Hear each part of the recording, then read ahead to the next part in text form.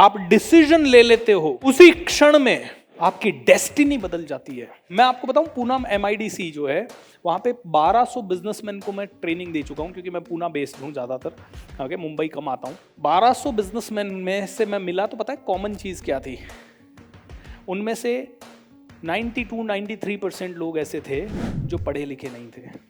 कोई 7वीं पास, कोई 10वीं पास, कोई फेल, कोई कभी स्कूल ही नहीं गया, कोई 4थी पास। और वो सभी लोग जो आज वहाँ बड़ी बड़ी फैक्ट्रियों के मालिक हैं, वो सभी लोग उसी मंडी में किसी न किसी ज़माने में मजदूरी करने आए थे। और आज वो लोग बैठे हैं, कोई 100 करोड़ पे, कोई 200 करोड़ पे, कोई 400 करोड़ पे, कोई 300 करोड़ पे, कोई 50 करोड़ पे, कोई 25 करोड़ पे। और जितने लोग अच्छे अच्छे कॉलेजेस से इंजीनियरिंग करके आ रहे हैं ना, वो सारे उनके वहाँ नौकरी कर रहे हैं।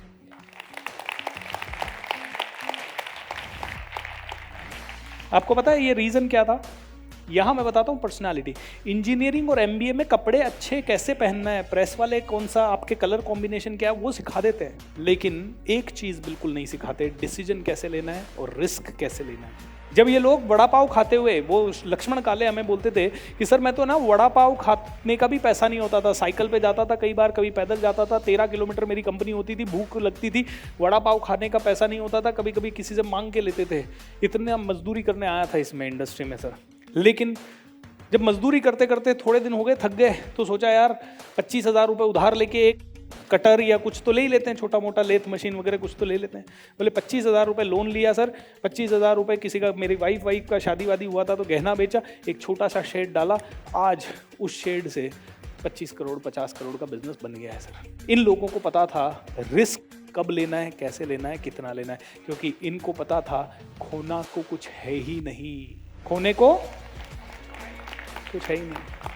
लेकिन जो इंजीनियर कर लेता है ना, वो कहता है खोने को बहुत कुछ है भाई, ये 20,000 की नौकरी भी चली गई तो 4 साल पहले इंजीनियरिंग जो किया कॉलेज में, वो 4 साल बर्बाद हो जाएंगे। खोने को बहुत कुछ है, पापा मम्मी की नाक कट जाएगी। इन लोगों के तो पापा मम्मी क्यों, पहले ही लोग कहते थे अच्छा इनका बेटा क्या करता है, मजदूरी करता है, तो इनके पापा मम्मी की नाक कटनी ही नहीं थी। तो अब पापा मम्मी भी कहते हैं कि मेरी नाक कट जाएगी तूने नौकरी छोड़ी तो। मेरे पिताजी ने कहा जब मैंने नौकरी छोड़ी, पागल हो गया तू, तेरे से शादी कौन करेगा। और लिटरली प्रॉब्लम होती है जब मतलब रिश्ता लेके जाओगे तो कुछ तो बताओगे। माय डियर फ्रेंड्स, सीधी सी बात है, personality risk taking, personality communication, personality relationship building, personality decision making, personality, और ये सब का समावेश, इन सबको एक कॉन्वर्सेशन में यूज करने की विजडम इज सेल्स। आपकी personality, decision making, commitment level, आपका स्माइल, आपकी एनर्जी, आपका कम्युनिकेशन, आपके सवाल पूछने की स्किल, इन सभी को एक कम्युनिकेशन में इस्तेमाल करने की विजडम को बोलते हैं सेल्स। और सेल्स डज नॉट मीन और ये पीछे पड़ना पड़ेगा, किसी के पीछे पड़ने की जरूरत नहीं है। बस ये होना चाहिए कि एक हेल्दी डिबेट जरूर करनी चाहिए। आप मुझे बताइए कि आपको क्यों नहीं सीखना है, मैं आपको बता सकता हूं कि आपको क्यों सीखना है। आप अगर रियल एस्टेट पे, मैं रियल एस्टेट सेल्समैन हूं, आप मुझे बता रहे हैं मुझे नहीं खरीदना, मैं आपको लॉजिकल 500 रीजन देता हूं कि क्यों खरीदना है। बस जो डिबेट जीत गया तो हो गया सेल्स। तो डिबेट जीतने की कला है सेल्स। क्या है? और डिबेट मतलब अगेन कम्युनिकेशन। आज मैं एक पर्सन को यहां पे रिकॉग्नाइज करना चाहूंगा, और वो इसलिए रिकॉग्नाइज करना चाहूंगा कि आज से 1.5 साल पहले वो मुझसे पहली बार मिले थे। और 1.5 साल पहले जब वो मुझसे पहली बार मिले, उस समय बहुत मायूस थी, बहुत ही ज़्यादा रो रही थी, प्रॉब्लम चल रही थी घर में, पैसों की प्रॉब्लम, हस्बैंड फ्रीडम नहीं दे रहे थे, कुछ करना चाहते थे, कुछ कर नहीं पा रहे थे। तो मैंने उनको यही कहा, मैंने कहा देखिए 50 साल, ऑलमोस्ट 50 साल की ज़िंदगी आपने अपनी लाइफ की एक्सपायर कर चुके हैं आप ऑलरेडी। हर रोज़ हम एक्सपायर हो रहे हैं, हर रोज़ हम मर रहे हैं एक एक दिन।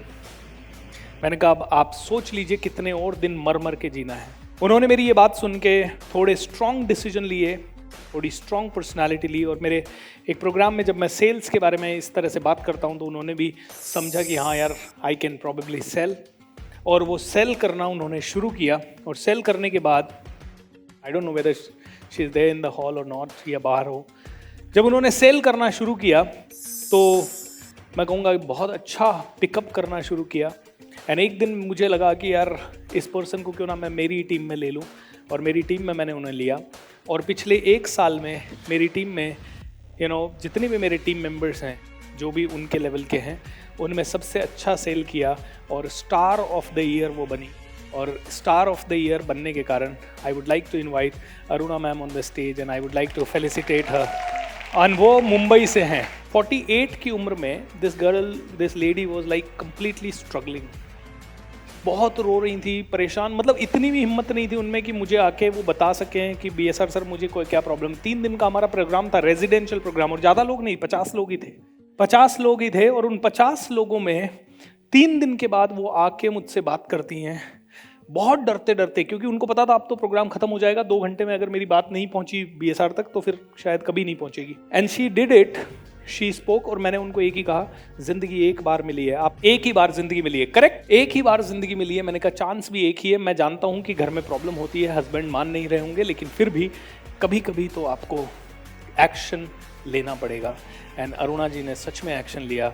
आज she is really enjoying her life. कभी कभी कदम उठाने पड़ते हैं। जितनी भी महिलाएं हैं उनके लिए मेरा ये बहुत स्ट्रॉन्ग मैसेज है, आपको दुनिया उतना ही यूज कर सकती है जितना आप अलाउ करोगे। लेकिन इसका मतलब ये नहीं है सर फोड़ दो, इसका ये मतलब नहीं है घर वालों से सबसे किनारा कर लो, तोड़ ही दो। लेकिन इसका मतलब ये है घर वालों को एक क्लियर मैसेज भी दे दो कि यार मुझे ये करना है and I really really want to do it. कोई कमजोर नहीं है, मेरे साथ बोलिए हर आदमी, मेरे साथ बोलिए कोई भी आदमी ना तो कमजोर है ना ही ताकतवर है, ना ही कोई वीक है ना ही कोई स्ट्रांग है। 48 ईयर्स की एज तक अरुणा जी अपनी जिंदगी में कभी कमा नहीं पाई, क्योंकि वो 48 ईयर की एज तक अनट्रेन्ड थी और 48th ईयर में शी गॉट ट्रेन्ड। आज मेरी कंपनी में है, मेरे साथ काम करती हैं, कंधे से कंधा मिला के सेल करती हैं। कोई वीक नहीं है, कोई स्ट्रांग नहीं है, या तो इंसान ट्रेंड है या अनट्रेंड है। इस मुंबई सिटी में कोई पैसा कमा रहा है तो ऐसे नहीं कि कैसे भी कमा रहा है, या तो वो ट्रेंड है या अनट्रेंड है। ओके दोस्तों, आज से मैं तो हमेशा सोचता था कि यार मेरे अंदर कुछ खास बात है ही नहीं, आत्महत्या करने की सोचता था। एक दिन तो घर से निकल गया रेलवे ट्रैक की तरफ कि यार खत्म कर देते ये जिंदगी, क्या मतलब है साला, किसी से आंख मिला के बात नहीं कर सकते, मायूसी बहुत रहती है, नेगेटिविटी बहुत रहती है, चिंता बहुत रहती है, परेशानी बहुत रहती है। घर से निकल गया मैं लिटरली, कॉलेज के दिनों की बात है। लग रहा था एक एक इंटरव्यू में दिए जा रहे, फेल पे फेल हुए जा रहे, हर इंटरव्यू में फेल, फिर कभी डांट सुनो घर वालों की, कभी कुछ और सुनो, एंड मैं निकल गया था ऐसे चल रहा हूँ बिल्कुल मायूस होके, समझ नहीं आ रहा क्या। 7 दिन मैंने एनालिसिस किया, 7 दिन, और 7 दिन के एनालिसिस के बाद मैंने ये सोचा मरने का बेस्ट तरीका ट्रेन के नीचे आके मरना। उस दिन तो मरने की हिम्मत नहीं हुई, वापस घर आ गए शाम को। जब घर आ गए देखा प्रॉब्लम है घर में, पापा मम्मी, उसके बाद मरने के ख्याल तो इतने स्ट्रांग नहीं आए। दोस्तों कोई भी आदमी कभी सुसाइड करने वाला होता है ना, उसका वो जो दिन है ना, जिस दिन वो सुसाइड सच में करेगा, वो दिन अगर टल जाए ना तो वो सुसाइड फिर जिंदगी भर शायद नहीं करेगा। मेरी जिंदगी में यही हुआ, वो दिन टल गया, और जिस दिन वो दिन टल गया उसके बाद सीधी सी बात है, उसके बाद तो छक्के ही छक्के लगाएगा फिर वो आदमी, सीधी सी बात है। हाँ, क्योंकि वो मरने के बहुत क्लोज पहुंच के उसको वापस जीवन दान मिल गया, अब वो जिंदगी की वैल्यू करेगा। सो दोस्तों आप भी वैल्यू कीजिए। Okay, let's give the star of the year award. Okay, this is the star of the year award. How wonderful. और ये पता है ये कौन है? ये इनकी डॉटर है।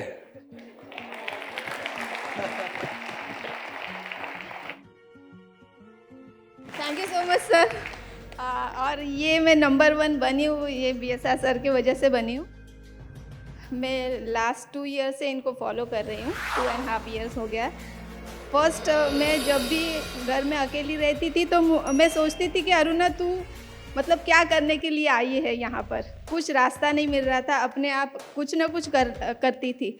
लेकिन BSR सर का मैजिक ऑफ थिंकिंग रिच देखा मैंने यूट्यूब पर, और रिच वर्ड्स है जो है वो मुझे बहुत बढ़िया लगा।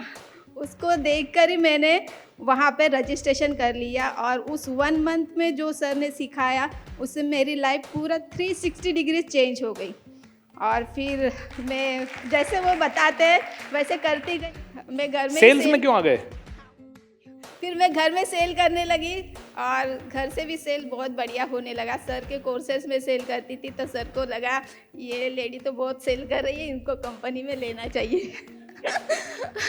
तो इन्होंने मुझे ऑफर दिया, तो मैंने सोचा अगर मुझे इनके साथ रहकर और ज़्यादा एक्स्ट्रा सीखने मिल रहा है तो बहुत मैं और ग्रोथ कर सकती हूँ। तो वो ग्रोथ हो गई।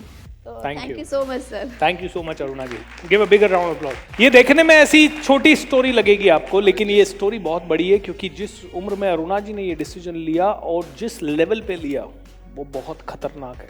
उन्होंने पूरा डिसीजन लिया, उनको पता था कि घर में इससे सपोर्ट नहीं मिल रहा है, she is not able to do it. वो शिफ्ट हो गई पूना शिफ्ट होके आज रेणुका अरुणा मैम दोनों साथ रहते हैं, and then she has taken this kind of decision. It's a big thing. जिस वक्त में आप डिसीजन ले लेते हो उसी क्षण में आपकी डेस्टिनी बदल जाती है। डेस्टिनी मतलब पूरी किस्मत बदल जाती है। आज दिल पे हाथ रख के बताओ, क्या सच में पिछले 10 साल में 1 करोड़ 2 करोड़ 5 करोड़ रुपए नहीं कमा सकते थे? कमा सकते थे, और कुछ लोगों ने कमाए भी है, और जिसने जितने कमाए उससे कई गुना ज्यादा कमा सकते थे। लेकिन मेरा दिल जानता है कि पहले 5 साल में ट्रेनिंग में इसलिए पैसा नहीं कमा पाया क्योंकि मैं वीक था डिसीजन मेकिंग में, और पिछले 5 सालों में मैंने दबा के पैसा कमाया। पैसे से दोस्ती करने के लिए जो जो गुण चाहिए वो मैंने अपने अंदर ला लिए। अगर मैं डिसीजन मेकिंग नहीं जानता था तो मैंने डिसीजन मेकिंग करना सीख लिया।